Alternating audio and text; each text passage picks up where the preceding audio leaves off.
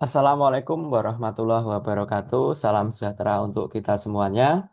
Para mahasiswa yang berbahagia, pada kesempatan ini kita akan membahas salah satu topik yaitu laporan arus kas. Mohon izin saya akan share screen terlebih dahulu.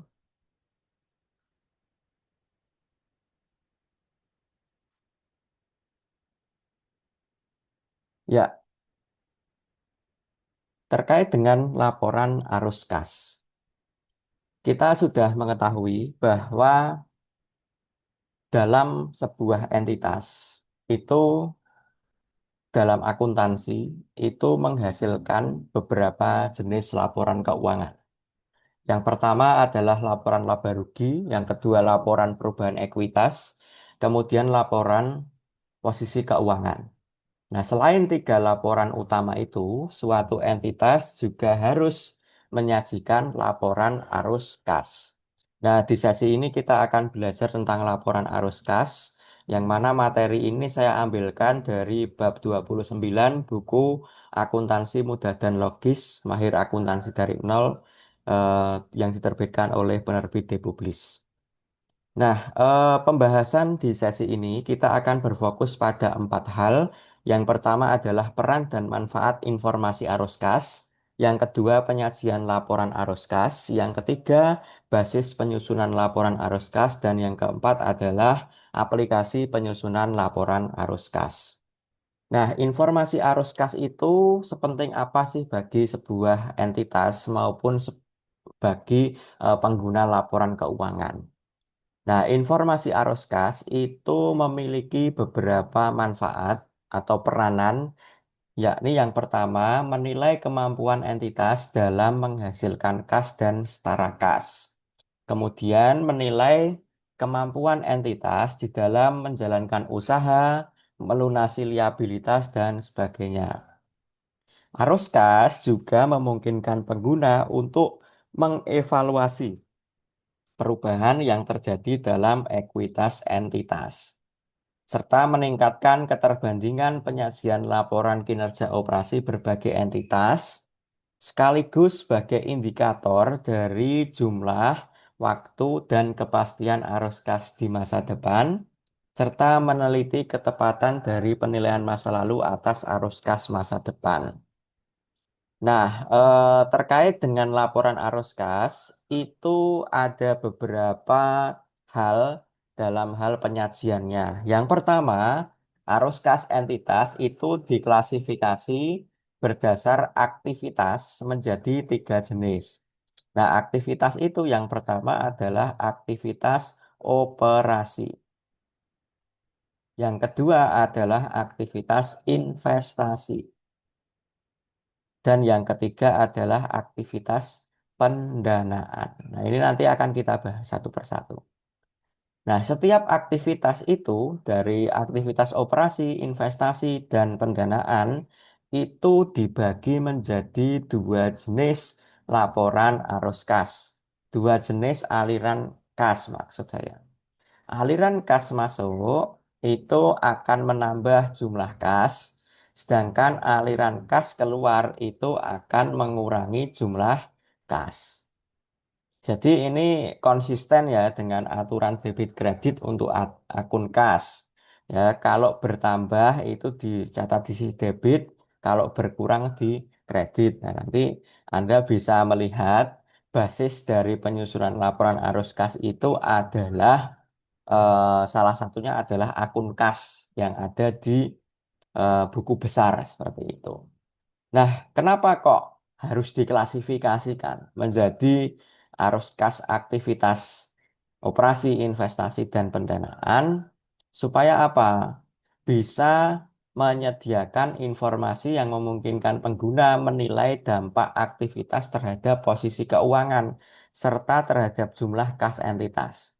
Jadi pengguna itu bisa menilai manakah yang aktivitasnya terkait dengan kas itu dominan di perusahaan itu mana? Apakah operasi investasi atau pendanaan?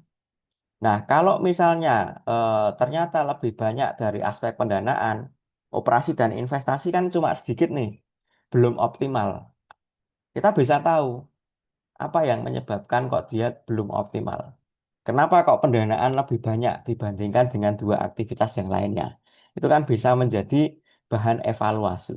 Maka klasifikasi menjadi tiga itu bermanfaat juga untuk mengevaluasi hubungan di antara ketiga jenis aktivitas arus kas. Mana yang dominan, mana yang masih perlu diimprove, dan lain sebagainya. Nah, terkait dengan klasifikasi aktivitas kas, PSAK nomor 207, Pernyataan Standar Akuntansi Keuangan nomor 207, sudah memberikan rambu-rambu terkait dengan masing-masing aktivitas arus kas. Yang pertama adalah aktivitas operasi.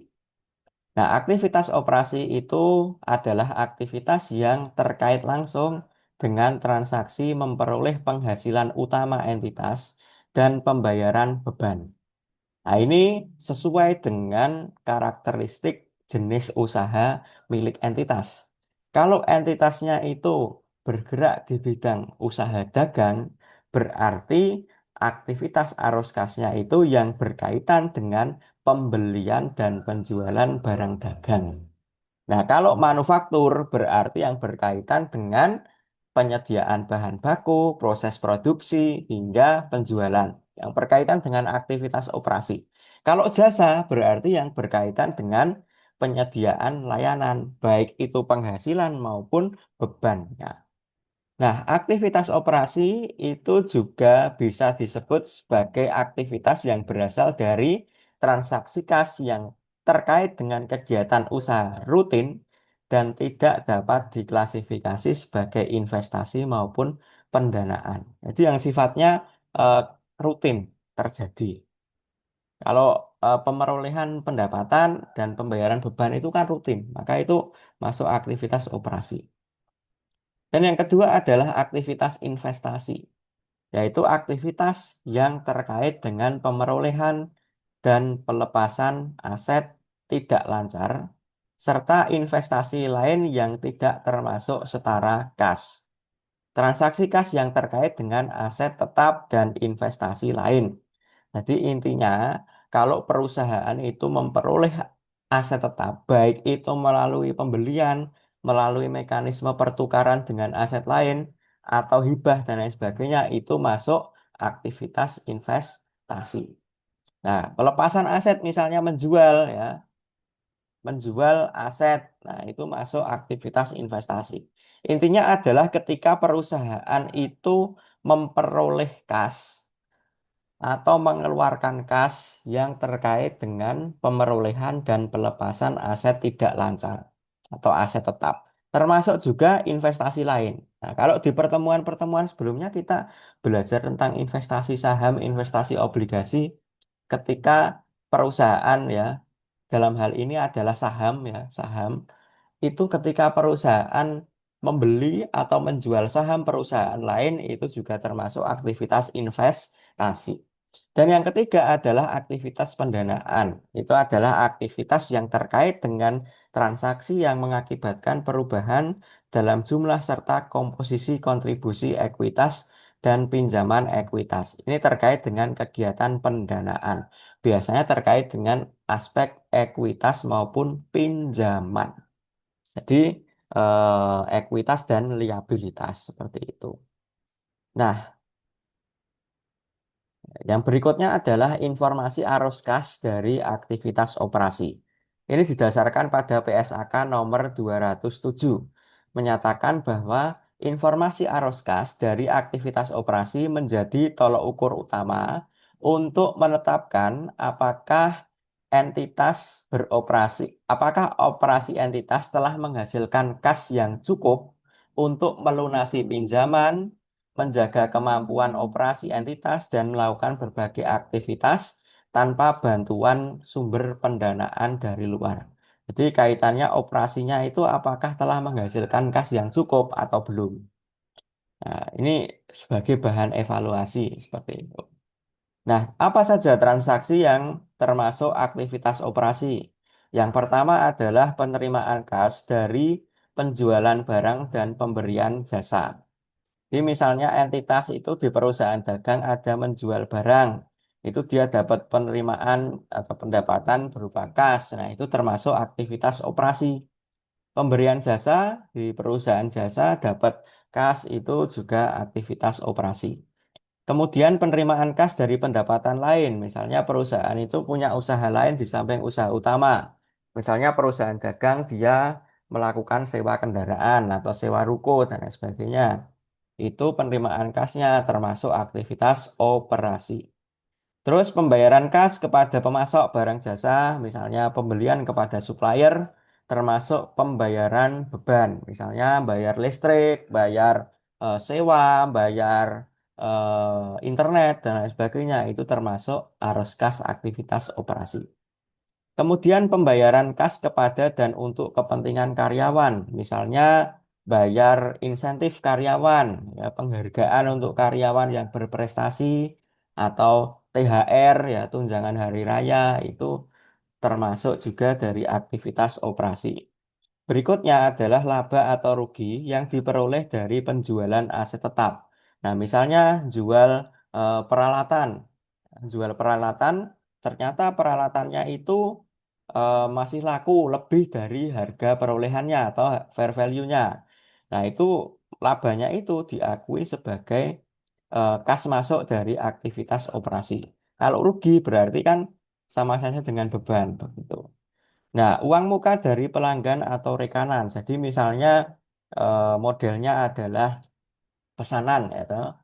Kayak di perusahaan manufaktur itu kan biasanya melakukan prosesnya pesanan. Nah, kalau misalnya kasnya baru diterima dan produknya belum jadi, itu kan termasuk uang muka. Nah, ini termasuk aktivitas operasi.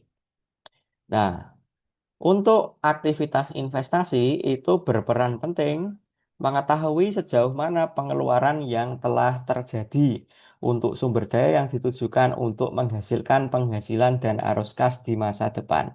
Ini terkait dengan pembayaran kas untuk memperoleh aset tetap. Ini beli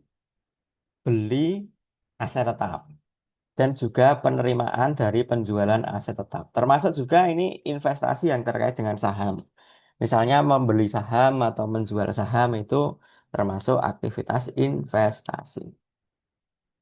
Nah, berikutnya adalah aktivitas pendanaan. Ini berguna untuk memprediksi klaim atas arus kas masa depan oleh para penyedia modal entitas. Nah, ini biasanya terkait dengan aspek pinjam meminjam. Misalnya penerimaan kas dari pinjaman dan pembayaran kas untuk pelunasan pinjaman. Nah, ada dua basis penyusunan laporan arus kas. Nah, ada yaitu basis akun kas atau biasa disebut sebagai metode langsung atau direct method. Ini menggunakan akun kas untuk mengelompokkan penerimaan kas bruto dan pengeluaran kas bruto, yang mana sisi debit merepresentasikan sisi penerimaan kas dan sisi kredit merepresentasikan pengeluaran kas.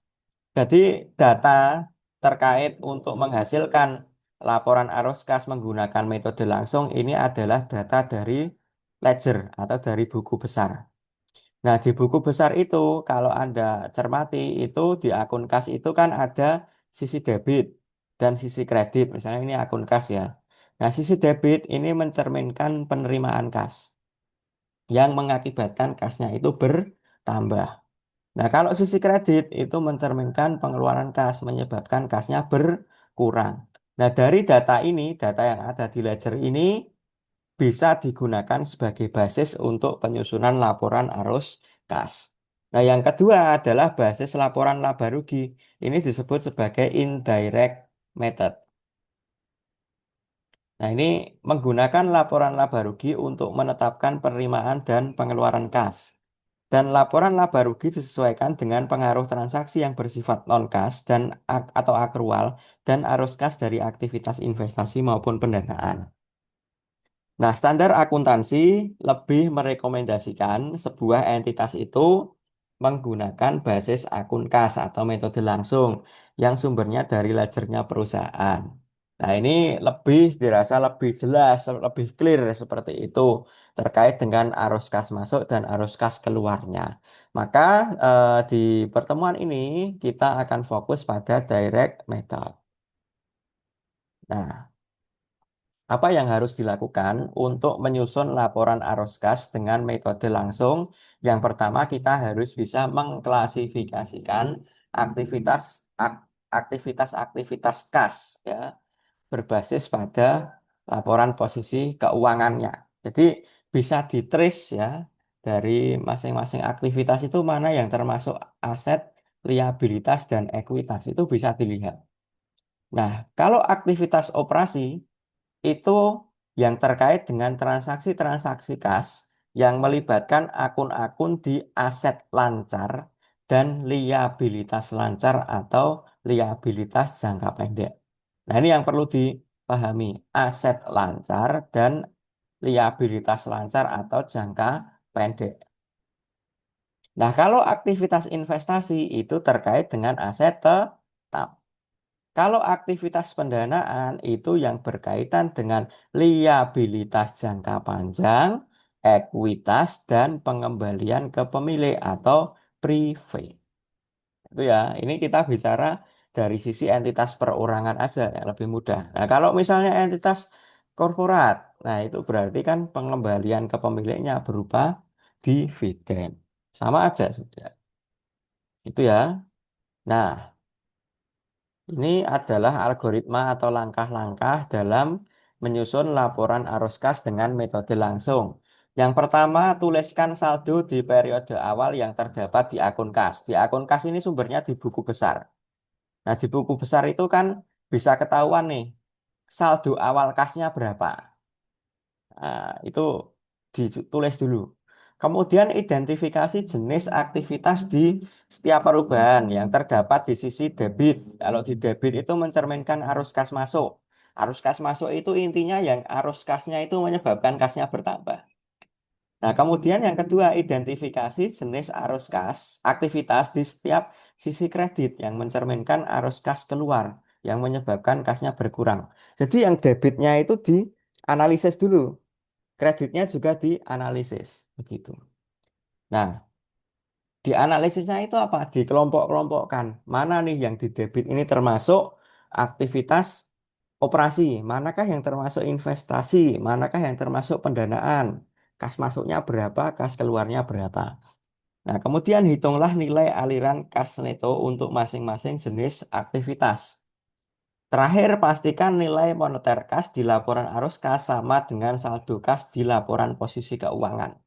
Jadi nanti hasil akhir saldo akun kas, saldo akhir ya selama periode berjalan itu harus sama dengan yang ada di laporan posisi keuangan. Nek ora podo salah seperti itu. Nah, ini contoh dari penyusunan laporan arus kas ya. Ini adalah akun kas di buku besar unit usaha menjaga alam.